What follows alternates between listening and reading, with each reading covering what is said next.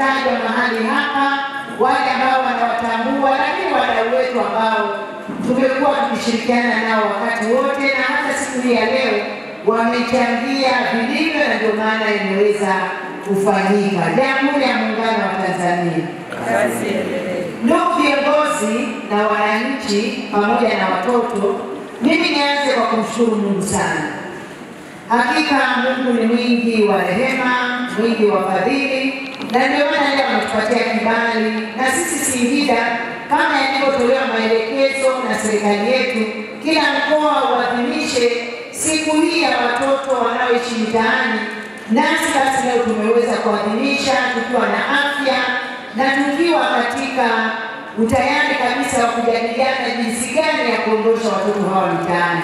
Kwa hiyo tu sisi sote kwa pamoja tunapaswa kumrudishia Mungu shukrani na utukufu mkubwa. Lakini kipekee pia ni washukuru na kuwapongeza wadau, hasa wale ambao wamejitoa kwa hali na mali katika kuhakikisha ya kwamba watoto hawa ambao wako mitaani wanapata huduma zao za msingi, wanaendelea kulelewa, wanaendelea kupata elimu, wanaendelea kupata huduma za afya, nao wanaishi kama watoto wengine. Kwa hiyo katika hili hatupaswi kukaa kimya. Ndugu zetu wa Amani, Safina na vituo vingine vyote tunawashukuru sana, na Mungu awabariki sana kwa kazi kubwa ambayo mnaifanya. Leo hii ndugu zanguni, leo tuko mahali hapa kuadhimisha siku hii ya watoto wanaoishi mitaani, ili sisi wote kwa pamoja tuweze kujadiliana, kusikilizana, kutafakari kwa pamoja jinsi gani ya kutatua changamoto hii ya watoto kuwepo mitaani. Ndugu zangu, watoto kuishi mitaani ni changamoto. Hayupo mtaa hauzai mtoto. Ukiona mtoto yuko mtaani, kuna mahali hapajakaa vizuri.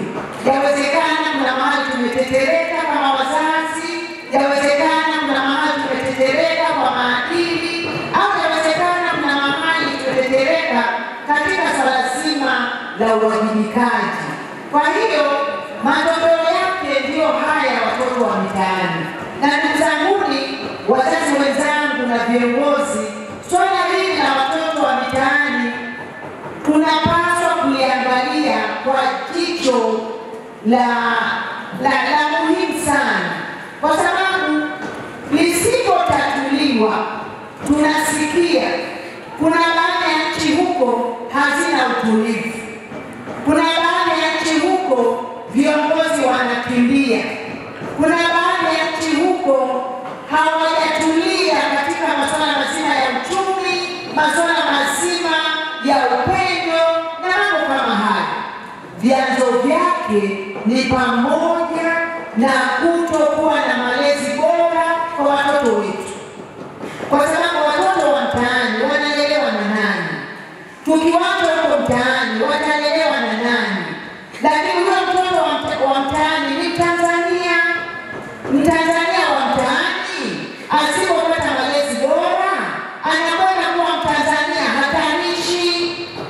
Sasa ni jukumu letu sote, ni jukumu la serikali, jukumu la sisi jamii, na hususan wazazi, ndugu na wote ambao tunaishi huku duniani, kuwalea watoto wetu kama walivyoimba hapa. Watoto wana haki ya kupata upendo, ya kulelewa na kupata mahitaji yote ya msingi. Kauli mbiu yetu ya mwaka huu inasema imarisha ushirikiano, kuzuia watoto kuishi na kufanya kazi mtaani. Sasa tunao viongozi wetu wa dini mahali hapa, tunao taasisi mbalimbali zinazoshughulika na masuala ya uwezeshaji, kuna nyingine zinajishughulisha na masuala ya malezi. Tumesikia wenzetu wa daycare wako mahali hapa. Kauli mbiu hii inatuhusu. Kauli mbiu hii inatuhusu. Tuimarishe ushirikiano. Mimi ningependa kila mmoja wetu hapa ajiulize, hivi mimi ninashiriki kwa kiasi gani kuhakikisha ya kwamba tunatokomeza hii changamoto ya watoto wa mitaani. Jiulize tu kwamba mimi ninashiriki kwa kiasi gani. Unajua hata mimi nilipokuwa hapa na mtoto wetu Haruna alipokuwa anatoa ushuhuda hapa, mimi umenigusa sana. Nikajiuliza, huyu Haruna mara anaishi kule, mara anaishi huku, mara anaishi kule, lakini mimi nina dhamana ya kuhakikisha kwamba watoto wanaishi mahali salama na wanapata elimu katika mazingira salama. Na katika mkoa wetu kuna shule ambazo ni za bweni, watoto wanalala kule. Kumbe ningeweza kuwatambua watoto hao na hao wakapata fursa katika shule za bweni ili waweze kuishi katika mazingira mazuri. Ninajitafakari sana kwamba ili yawezekana kuna mahali sijafanya sawasawa, na Mungu atusamehe.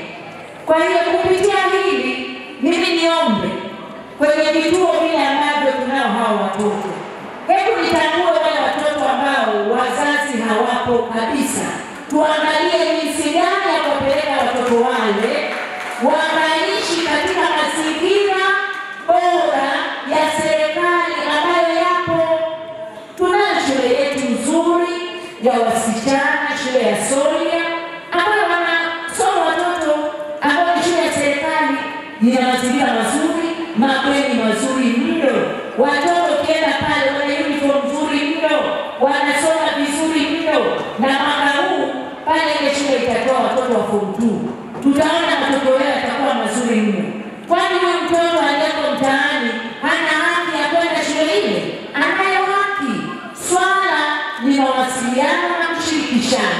Mimi nitoe wito kwa sisi ambao tupo na hao watoto, lakini wahamasishe wale ambao tunaendelea kuwatambua watoto wa mitaani. Yawezekana sisi wengine tuko kwa ofisini wakati wote, tusipate muda wa kuwatambua hao watoto.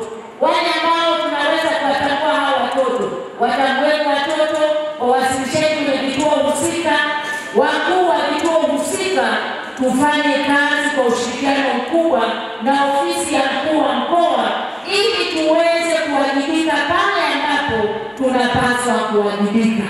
Na sehemu ya kwanza ya kuwajibika ni kuwatafutia watoto wale ambao wana mazingira mabovu, hawana wazazi au wazazi hawaeleweki, ni wale ambao hawawezi kuonyesha upendo. Tuwapate wale watoto, tuwapeleke kwenye shule zetu ambazo zina hostel ili waishi kule, wasome, hatimaye tupate Watanzania ambao wana utulivu. Jamhuri ya Muungano wa Tanzania, hilo linashirikana jamani, na hilo tunaweza kulifanya. Nilikuwa ninatafakari hapa, nikasema mimi ni mzazi, lakini Mungu amenijalia kwa viwango vingi, na sisi wazazi tupo wengi ambao tumebarikiwa kama hawa. Hawa watoto wa mitaani ni wangapi?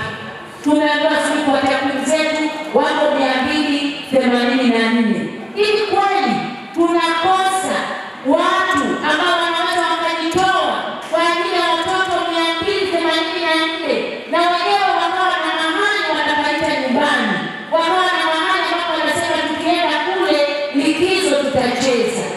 Mimi niwahamasishe ndugu zangu kwamba usikubali kuacha hizi baraka. Maana watoto hao mtaani, watoto wa Mungu, wameumbwa na Mungu. Na wengine sisi hapa tumebarikiwa kwa viwango ambavyo havielezeki. Wakati tunaendelea kuhangaika hao wazazi tuwarudishe kwenye njia ipasayo, hao watoto lazima waendelee. Mimi nakumbuka dada Happy aliniambia kuna watoto ambao wanawasaidia. Nilikuwa ninamchokoza sana. Watoto hao kuna watu wengine wako kule Iringa, alishawapeleka wanasoma. Anahangaikia, si watoto wake aliotoa tumboni, lakini ni watoto wake kwa sababu yeye ni Mtanzania na ni watoto wa Kitanzania. Dada Happy, mbele ya hadhara hii mimi nikupongeze sana kwa jitihada unazozifanya. Lakini na mimi watangazie, mimi Haruna hapa ametoa machozi. Nikasema hivi kweli tuko maofisini tunapata neema kubwa kubwa, neema ndogo ndogo, lakini yupo mtoto ambaye ametoka hapa, wamefariki hawa, anahamishwa hapa, anahamishwa pale. Sasa hivi karibu wategemezi wake watatu wamefariki. La kwanza niliona Harun, nadhani anapaswa kupata pia huduma ya kiroho. Ni muhimu sana Harun akapata huduma ya kiroho.